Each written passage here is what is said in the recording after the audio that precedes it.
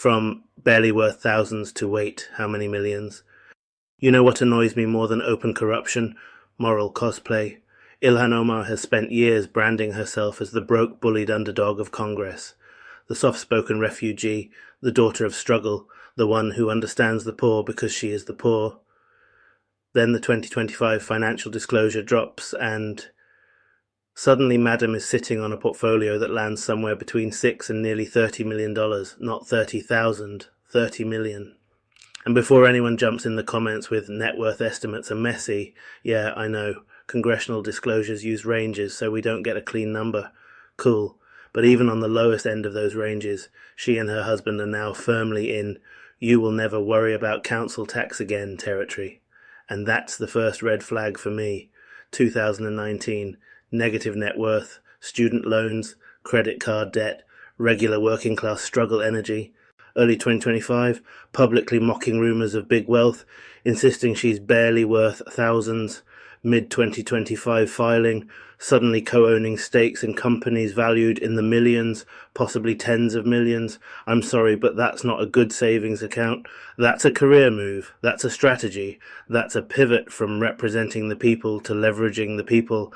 And the timing matters, because every time her wealth seems to leap, it just so happens to sit next to a suspicious river of money involving people from her own ethnic and community circles. Not proof, not a conviction, but the pattern is ugly enough that any honest person has to squint. The husband, the consulting firm, and the donors who thought they were funding justice. You can't talk about Ilhan Omar's money without talking about Tim Mynett, her husband, her business partner, and the man whose companies are conveniently sitting under the pile of wealth she now shares. Before anyone heard of Rose Lake Capital or fancy winery valuations, there was E Street Group, Mynett's political consulting firm. Omar's campaign didn't just use E Street Group, they fed it. Her campaign paid out millions to her boyfriend, then husband's firm, for consulting, ads, mailers, digital strategy. At one point, something like the majority of the firm's income was coming from Ilhan World. Is that technically legal? Yes. The FEC shrugged. Congress ethics staff shrugged. Everyone inside the machine did the nothing to see here shuffle. But zoom out and look at it structurally. Donors think they're funding justice, progress, the people's voice. That money circulates back into a consulting firm owned by the man she's romantically involved with. The same man then magically appears later at the center of multi-million-dollar ventures that transform their household net worth. This is where my patience evaporates, because that's not just politics. That's politics as an extraction industry. That's using the language of liberation to build the foundations of your own little private equity life. And the Somali diaspora is out here scraping, sending remittances home, juggling visas, running shops and minicabs, being used as a backdrop for I understand struggle branding, while their supposed champion's household is quietly upgrading into investment class wealth. Rose Lake Capital. When legislation meets, let's run a fund. So let's talk about the crown jewel on the asset list, Rose Lake Capital. On paper, it's Tim Mynett's investment venture capital outfit. In reality, it's the engine that suddenly catapulted their asset column from bit of savings and a retirement account to you now live in the same wealth bracket as the people you tweet angrily about. Filings peg Rose Lake Capital's value in this wide millions to tens of millions range. It doesn't need to be pinned down for us to see the shape. The firm allegedly operates in politically adjacent spaces, legislative structuring, public markets, finance, tech. It appeared with minimal assets at first, then suddenly, boom. Multi-million-dollar valuation in under 2 years. If an ordinary immigrant woman working 2 jobs pulled off that kind of wealth flip, every government agency in the West would be crawling through her life like ants on sugar. But when it's a congresswoman's husband, we're told it's complicated and that's just how investment works. I'm not saying Rose Lake Capital is fraudulent. I'm not pretending I have secret internal ledgers. What I'm saying is this is a textbook example of proximity capitalism. You build your name on movement politics. You build your networks inside Congress. Your partner quietly sets up a firm that benefits massively from the access, the reputation, the relationships, the advisory roles, the donor class you've cultivated. Then a few years later, oops, guess we're rich now. No one accidentally trips and falls into that kind of portfolio. That's designed. The winery, the lawsuits, and the vibes. Then we have the winery, EST crew. Because of course there's a winery. Nothing says woman of the people, like co-owning a California wine company while lecturing us about inequality. Again, the numbers on paper are soft ranges, but the business is valued in the millions. And it's not just about vibes and labels, it's about the context. An investor has accused Mynett and his partner of essentially swindling them. Another related business reportedly owed over $1 million to cannabis growers before settling. These are people orbiting Ilhan's world who seem to have a very casual relationship with other people's money. Now, legally, you throw in an allegedly and they deny wrongdoing and everyone goes home. Politically, though, it reeks. And here's the thing that keeps bothering me. None of these ventures are quietly set up in some isolated corner. They live in the same ecosystem as her politics, her influence, her identity, her community. And every time the wealth jumps, that community keeps catching strays. The Somali connection, proximity, power, and the stink of fraud.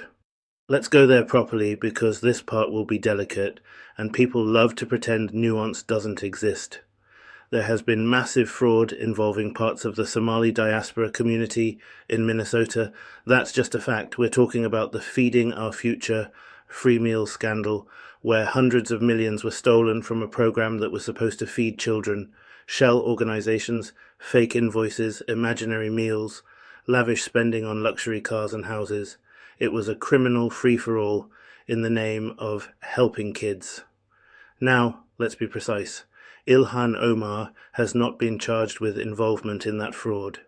She did, however, support legislation that made oversight looser and reimbursements easier, share space politically and socially with people later convicted, have staff and supporters defending some of the organizations later exposed as fraudulent, return donations from certain individuals after the scandal blew up. So no, I'm not saying she sat at the table dividing stolen money. I am saying her political world and this criminal world overlapped in ways that are at best deeply embarrassing and at worst structurally enabling. And here's the pattern that bothers me. Every time serious public money starts flowing through spaces linked to the Somali community in Minnesota, grants, programs, public contracts, Ilhan Omar's political orbit keeps ending up adjacent to it. Sometimes it's campaign donations from people later indicted. Sometimes it's legislation that conveniently smooths the pipeline. Sometimes it's reputational cover. Nothing to see here, this is just smearing immigrants. And in the background, while all this is bubbling, her personal household wealth starts doing backflips. It might all be one big coincidence. You can choose to believe that if you like, but if I see smoke around money, fraud, and political influence 3 times in a row, I don't call that bad luck. I call that a pattern of proximity. At the very least, it means this. She has been recklessly casual about who and what she aligns herself with when there's public money involved. And when your net worth explodes, while your name keeps appearing near dodgy financial ecosystems, people are allowed to say, this looks very, very suspect. Allegedly, of course. When the struggle story expires, you can't have it both ways. You cannot stand in front of the world wrapped in the aesthetics of poverty and persecution while simultaneously climbing into a wealth bracket that is very clearly not struggling with rent, healthcare, or groceries. You cannot tweet about billionaires and capitalism with the tone of an outsider while you move campaign money into your partner's firm. Watch that partner spin up an investment company, declare joint assets that place you comfortably in the multi-million column. At that point, you are not fighting the system. You are competing within it. And what bothers me as a black person, as part of a diaspora that knows what real struggle looks like, is the way people like Ilhan weaponize identity to shield themselves from scrutiny. Any question about the money becomes Islamophobia, or anti-immigrant bias, or right-wing smears. No. Sometimes it's just people doing basic arithmetic and asking, how did you go from negative net worth to investment firm rich in a few years off a government salary, coincidentally, while orbiting major fraud scandals and swirling public money? That's not bigotry, that's due diligence. The bigger disease, politics as a wealth accelerator. Let's zoom out from Ilhan specifically, because the deeper problem is structural. She is not the only member of Congress to walk in middle class and walk out million plus. This is how the system is built now. Insider knowledge of regulations and industries, access to donors, lobbyists, policymakers, spouses and consulting firms positioned exactly where that information can be monetized. Book deals, speaking fees, advisory roles, cushy board seats. You're not meant to represent the people, you're meant to harvest the people for narrative capital, then cash that narrative in with the class who actually runs things. Ilhan Omar is just a particularly galling case because she branded herself as the anti-this. She was supposed to be the one politician who couldn't be bought, who understood the immigrant grind, who remembered what poverty feels like in her bones. Now we're being quietly asked to accept that she just happens to live like a minor oligarch adjacent while her name circles legislation, consulting payouts, community scandals and private valuations. Sorry, no, I don't accept that without questions. I will not let identity politics become a shield against financial scrutiny. What honesty would look like, and why it will never happen. If Ilhan Omar actually wanted to prove she isn't just another operator in ethnic-flavoured packaging, here's what bare minimum integrity would look like. Open the books on Rose Lake Capital. Publish the investors, the sectors, the conflicts of interest. Show the public that this isn't just influence money laundering in a nicer suit. Account for the E Street group years. Not the FEC cleared it. A straight explanation. How much donor money went to Tim, how that capital and those contacts fed into later ventures, why anyone should believe this wasn't functionally donor-funded seed capital for their current lifestyle. Take ownership of the proximity to fraud. Not criminal guilt, not legal blame. But admit she was slow to distance herself from people later found to be stealing public money. She backed legislation that made that theft easier.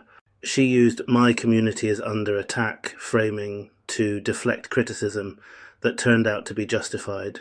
Stop pretending she's broke. This one is easy. Retire the barely worth thousands storyline. At this point, it's just insulting. Will she do any of that? No. Because the second she does, the spell breaks. The whole brand collapses if she admits she's now just another highly successful player in the game she publicly performs disgust for. When representation becomes a business model, I don't actually care if a politician is rich.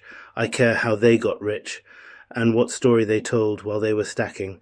In Ilhan Omar's case, the story was, I am you. I know your struggle. I speak truth to power.